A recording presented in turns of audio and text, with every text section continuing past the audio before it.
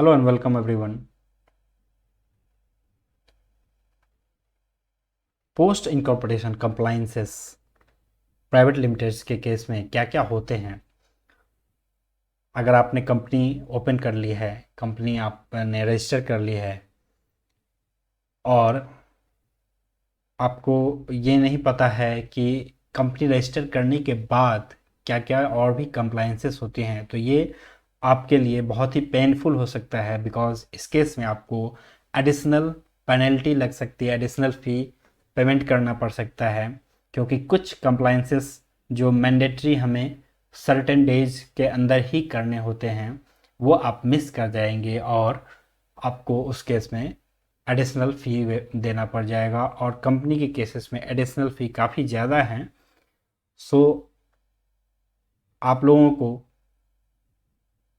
Compliances जो post incorporation होते हैं, कंपनी इनकॉर्पोरेट होने के जस्ट बाद, एक तो कंप्लायंसेस वो होते हैं जो हम एनुअल फाइलिंग के टाइम पे करते हैं, जो ईयर एंड होने के बाद फाइलिंग करते हैं, जैसे बैलेंस शीट, फाइनेंशियल्स प्रिपरेशन करना, बैलेंस शीट का ऑडिट करवाना, तो ये सब, इनकम टैक्स फाइलिंग करना, ये सब हम कंपनी का जब एनुअल फाइलिंग होता है, जब फाइनेंशियल ईयर कंप्लीट होता है, देन ये सब हम जाके वहाँ पे फाइलिंग करते हैं। लेकिन उसके पहले कंपनी जैसे ही इनकॉर्पोरेट होती है तो हमें, जैसे विद इन 30 डेज में आपको पहली बोर्ड मीटिंग करनी है, ऑडिटर अपॉइंट करना है, तो इस तरह की चीज़ें जो जितनी भी हैं, जो पोस्ट इनकॉर्पोरेशन कंप्लायंसेस हमें प्राइवेट लिमिटेड के लिए करनी है, उसी का ये एक समरी मैंने इस वीडियो में बनाया है। तो पहले जब आपको सर्टिफिकेट ऑफ इनकॉर्पोरेशन मिलता है तो ये फर्स्ट स्टेप होता है आपके कंपनी का बर्थ। मान लीजिए ये बर्थ हो गया कंपनी का, और इसके बाद हम इसका फिर पालन पोषण करेंगे और इसमें जो काम हमें करने हैं वो हम करेंगे, और उसके साथ साथ कंप्लायंसेस भी करेंगे। तो कंपनी इनकॉर्पोरेशन के टाइम पे आपको सर्टिफिकेट ऑफ इनकॉर्पोरेशन, जो अभी आप ये देख रहे हैं, और साथ में एमओए और एओए। वैसे हम लोग एमओए और एओए हम लोग खुद ही बनाते हैं, और हम एप्लीकेशन के टाइम में उसे फाइल करते हैं। एप्लीकेशन स्पाइस जो होता है फॉर्म, उसके साथ में एमओए भी जाता है और एओए भी जाता है। एमओए मेनली आपका जो ऑब्जेक्ट, आपका वर्क आपको करना है उसका डिटेल उसमें लिखा रहता है, और जो आपकी कंपनी के पहले शेयर होल्डर्स हैं उसकी डिटेल रहती है।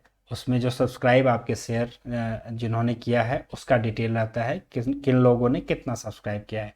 और एओए में बाकी सारी चीज़ें जो गवर्निंग चीज़ें होती है, जैसे आपकी मीटिंग्स कैसे करनी है, जनरल मीटिंग्स कैसे करनी है, शेयर होल्डर की मीटिंग कैसे करनी है, बोर्ड का मीटिंग कैसे करना है, बोर्ड ऑफ डायरेक्टर में कौन डायरेक्टर होंगे, कितने डायरेक्टर होंगे, और फर्स्ट डायरेक्टर खासकर वहाँ पे मेंशन रहता है। जनरली प्राइवेट लिमिटेड के केसेस में आप देखेंगे या पब्लिक लिमिटेड के केसेस में भी फर्स्ट डायरेक्टर का नाम इस एओए में मेंशन रहता है। इसके बाद आपको पैन कार्ड आ जाता है इनकॉर्पोरेशन के साथ ही, टैन नंबर आ जाता है। टैन नंबर आपका टीडीएस डिडक्शन जब हम करते हैं किसी का, तो उसके टीडीएस फाइलिंग के लिए टैन यूज होता है। पीएफ नंबर मिल जाता है, ईएसआईसी नंबर मिल जाता है, और साथ में आपका बैंक अकाउंट भी अभी जो आज के टाइम पे जो भी कंपनियां बन रही हैं उसमें एजाइल एक फॉर्म होता है जिसमें हमें ये डिटेल्स भरनी होती है, और उस डिटेल्स में हमें बैंक अकाउंट का डिटेल भी देना होता है कि किस बैंक अकाउंट में आप, वहाँ पे लिस्ट ऑफ बैंक्स हैं, ICICI, SBI, PNB, bank of Baroda, तो बहुत सारे बैंक्स हैं। उसमें से आपको एक बैंक चुनना है, और उसके बाद आपको ऑथराइज पर्सन चुनना है कि आप में से कौन से ऑथराइज पर्सन होंगे, या सारे के सारे होंगे तो आप सभी का डिटेल वहाँ पे फिल करते हैं। और ये सारी चीज़ें मैंडेटरीली आपके पास, जब आप कंपनी इनकॉर्पोरेट हो जाती है तो ये सारी चीज़ें आपके पास आ जाती हैं। इसके साथ ही ऑप्शनल में आपका जीएसटी और शॉप इस्टेब्लिशमेंट एक्ट के अंदर में रजिस्ट्रेशन का भी ऑप्शन एजाइल फॉर्म में इनकॉर्पोरेशन के टाइम पे ही आप दे सकते हैं। तो उसके, अगर आपने जीएसटी के लिए भी साथ में ही अप्लाई कर दिया है इनकॉर्पोरेशन के साथ, तो वो जीएसटी का नंबर भी आपको मिल जाएगा, लेकिन वो ऑप्शनल है, आप चाहें तो ले सकते हैं, नहीं चाहे तो आप जब आपकी कंपनी जब बन के आ जाएगी तब आपको ये अप्लाई करना पड़ेगा। तो ये सारी चीज़ें आपकी जब कंपनी इनकॉर्पोरेट हो जाती है तो आपको ये मिल जाती हैं। अब आगे इसके आगे आपको क्या करना है वो मेन इम्पोर्टेंट बात है यहाँ पे। उसके आगे जैसा कि मैंने कहा कि फर्स्ट बोर्ड मीटिंग आपको करनी है with in 30 days of incorporation. जो इनकॉर्पोरेशन डेट आपका सर्टिफिकेट ऑफ इनकॉर्पोरेशन पे लिखा होगा, जैसे यहाँ पे ये लिखा है सेकेंड डे ऑफ सितंबर 2020, तो 2 सितंबर 2020 को एक कंपनी बनी है। तो उसके 30 दिन के अंदर में आपको पहली बोर्ड मीटिंग करनी है, और पहली बोर्ड मीटिंग में चाहे तो आप अपने ऑडिटर को अपॉइंट कर सकते हैं, और उस अपॉइंटमेंट का फाइलिंग जो होगा वो भी विद इन 30 डेज होगा। आपकी कंपनी के ऑडिटर के अपॉइंटमेंट की जो फाइलिंग होगी वो भी 30 दिन के अंदर में ही होगी। उसके बाद आपको शेयर सर्टिफिकेट इशू करना है 30 दिन के अंदर में। विद इन 30 डेज में आपको शेयर सर्टिफिकेट भी इशू करना है, जो कि आपने मेमोरेंडम ऑफ एसोसिएशन में लास्ट पेज में जहाँ पे सब्सक्राइबर का डिटेल डाला होगा, तो जितने जितने शेयर्स जिन लोगों ने लिए हैं उस शेयर का आपको सर्टिफिकेट एक इशू करना पड़ेगा विद इन 30 डेज में। विद इन 180 डेज में आपको करंट अकाउंट ओपन करना है बैंक में जा कर के। वैसे तो जैसा मैंने कहा कि आज के डेट में आपको बैंक अकाउंट आपका कंपनी इनकॉर्पोरेशन के साथ ही ओपन हो जाता है, लेकिन उस बैंक अकाउंट को, वो बैंक अकाउंट जो आपको ओपन होता है उसको आपको एक्टिव कराना होता है अपना केवाईसी ले जा कर के। कंपनी का केवाईसी, जैसे कंपनी की केवाईसी में आ जाती हैं आपकी कंपनी के memorandum of association, article of association, certificate of incorporation, pan number और टैन नंबर जो होता है वो आपका कंपनी का केवाईसी डॉक्यूमेंट हो गया। और उसके बाद डायरेक्टर के केवाईसी डॉक्यूमेंट्स जो होते हैं वो भी आपको सबमिट करने होते हैं। आपका अकाउंट जिस बैंक में ओपन हुआ है वहाँ जा कर के आप नियरेस्ट किसी भी ब्रांच में जा कर के अपने वहाँ पे जाकर आप ये सारी केवाईसी के डॉक्यूमेंट सबमिट करेंगे तो आपका बैंक अकाउंट ओपन हो जाएगा। आप चाहें तो जो आपने बैंक अकाउंट एमसीए में चूज किया था उसके अलावा भी आप कहीं अकाउंट ओपन करा सकते हैं। ऐसा मैंडेटरी नहीं है कि उसी बैंक में आपके अकाउंट को ओपन कराना है। हाँ, लेकिन आपका बैंक अकाउंट उस बैंक में ओपन हो जाता है जब आप एमसीए पर चूज करते हैं। तो आप चाहें तो दूसरा अकाउंट भी ओपन किसी और बैंक में भी करा सकते हैं। तो वैसे इस 180 डेज का कहीं भी लिमिट वैसे नहीं लिखा हुआ है। तो ये लिमिट कहाँ से आती है? ये लिमिट आपका ये नीचे का जो फॉर्म है, ये INC 20A एक फॉर्म होता है जो आपका declaration of commencement of business का फॉर्म है। जो अब इस फॉर्म में हमें एक अटैचमेंट देनी होती है, वो होता है बैंक स्टेटमेंट। और उस बैंक स्टेटमेंट में आपका क्लियरली ये होना चाहिए कि आपका शेयर कैपिटल जिन लोगों ने लिया है, MOA के लास्ट पेज पे जो सब्सक्रिप्शन किया हुआ है लोगों ने, जितने जितने शेयर्स लोगों ने लिए हुए हैं वो शेयर्स आपके बैंक अकाउंट में आपका डिपॉजिट होना चाहिए। और उस बैंक का स्टेटमेंट इस फॉर्म के साथ जाता है 20A के साथ। तो ये फॉर्म विद इन 180 डेज में आपका इनकॉर्पोरेशन के विद इन 180 डेज में आपका जाना चाहिए। और इसीलिए ये ऊपर के जो 2 डेट्स हैं कि विद इन 180 डेज में आपका डिपॉजिट शेयर कैपिटल होना चाहिए और विद इन 180 डेज में आपका करंट अकाउंट ओपन होना चाहिए, इसी से ये 2 डेट्स आपको दिए गए हैं। उसके बाद आपकी रजिस्टर्ड एड्रेस का आपको फाइलिंग करना होता है। अगर आपने इनकॉर्पोरेशन के टाइम पे रजिस्टर्ड एड्रेस आपने नहीं डाला है आप इनकॉर्पोरेशन के टाइम पे फॉर्म्स में, तो आपको फिर वो मैंडेटरी होता है INC 22 फॉर्म। INC 22 ये आपका विद इन 30 डेज में जाता है। With in 30 days of incorporation आपको ये फाइल करना होता है और इसमें आप अपना रजिस्टर्ड एड्रेस का डिटेल डालते हैं और फाइल करके आप एमसीए को इन्फॉर्म करते हैं कि आपका रजिस्टर्ड एड्रेस क्या होगा। उसके बाद आपको कंपनी का नेम बोर्ड बनाना है और नेम बोर्ड्स पे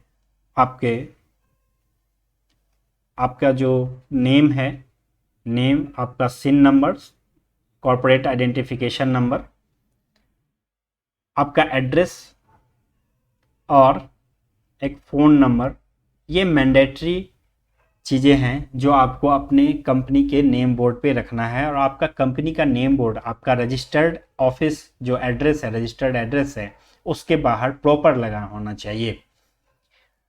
तो ये एक मैंडेटरी है, इसके लिए कोई टाइम लिमिट नहीं दिया गया है, लेकिन आपको जितना जल्दी हो सके ये आप कर लें तो ज़्यादा अच्छा है। आपके प्रिंटेड लेटर हेड्स होने चाहिए, जो भी डॉक्यूमेंट्स कंपनी के होते हैं जैसे विजिटिंग कार्ड हुए, लेटर हेड्स हुए, ये सारे के सारे आपको प्रिंट कराने हैं। क्योंकि कंपनी अगर कोई भी काम करती है, किसी से भी कम्युनिकेट करती है, तो उसका अपना एक लेटर हेड होता है जिसके थ्रू कम्युनिकेट करेगी। तो उस पर आपको अपना नाम, सिन नंबर, एड्रेस, फ़ोन नंबर, ये सारे के सारे वहाँ पे मैंडेटरी हैं। टेलीफोन नंबर, ईमेल आईडी, अगर वेबसाइट है तो वेबसाइट का एड्रेस आपको इस पे मैंडेटरी प्रिंट कराना है। उसके बाद 10th नंबर है डिस्क्लोजर ऑफ इंटरेस्ट। ये डायरेक्टर्स को करने हैं। डायरेक्टर्स जो कंपनी के होते हैं उनको ये बताना है, कंपनी को इन्फॉर्म करना है कि वो किसी और एंटिटी में, कहीं पार्टनरशिप में तो नहीं है, कहीं और किसी कंपनी में डायरेक्टर तो नहीं है। अगर वो हैं तो कंपनी को इन्फॉर्म करना उनके लिए मैंडेटरी होता है कि हम इस एंटिटी में पार्टनर हैं या डायरेक्टर हैं, या जो भी किसी प्रोफेशन में किसी पद पे वहाँ पे मौजूद हैं, वो वहाँ पे मेंशन करना है।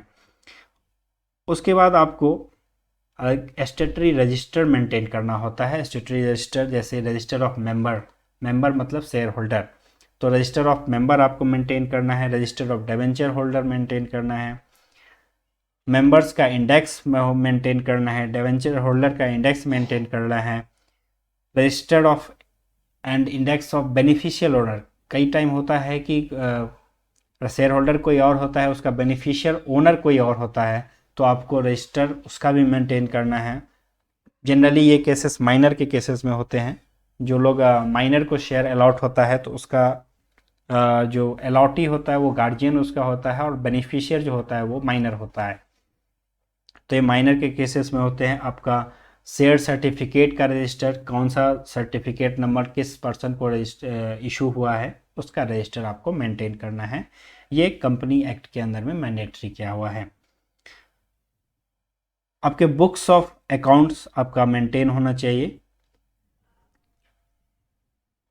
एज पर कंपनी एक्ट आपको proper books of accounts maintain करना है, फाइनेंशियल्स प्रिपरेशन जिससे हो सके आपके, और उसे बिल्कुल ट्रू एंड फेयर व्यू में आपको रखना है।